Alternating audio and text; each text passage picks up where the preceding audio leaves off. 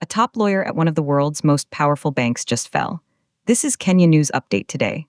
Coming up, you'll discover how a series of friendly emails with a convicted sex predator brought down a Wall Street titan and what it reveals about power and accountability. Meet Kathy Ruemmler, former White House counsel for President Obama. For the last 6 years, she was the top lawyer at Goldman Sachs, overseeing everything legal for a trillion-dollar empire. But here's the twist.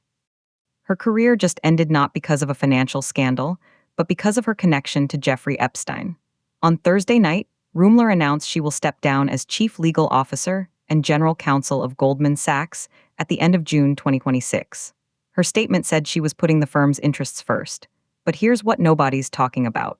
This resignation comes just days after explosive new documents were released. The Wall Street Journal reported that Ruemmler was one of 3 people Epstein called on July 6, 2019, right after he was arrested by federal authorities on child sex trafficking charges. This detail comes from handwritten notes by law enforcement inside an FBI vehicle. And then, something shocking happened.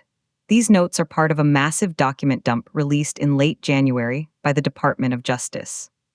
For months, Goldman Sachs had defended Ruemmler after initial emails between her and Epstein were made public. The bank's CEO, David Solomon, called her an extraordinary general counsel and said he respected her decision. But here's the part that will blow your mind.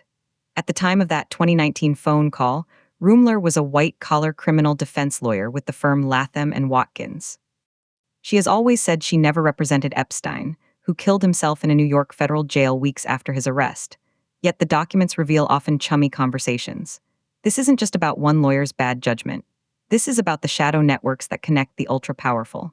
For 6 years, Ruemmler helped oversee Goldman's legal, reputational, and regulatory matters.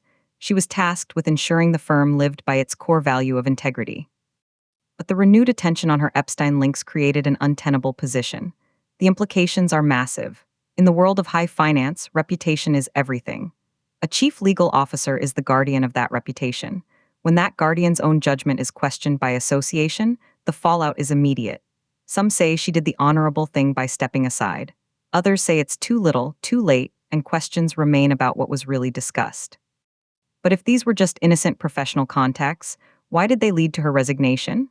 The controversy highlights a seismic shift. The Epstein files, a collection of millions of documents, continue to unravel, exposing the social circles of public figures, politicians, and celebrities.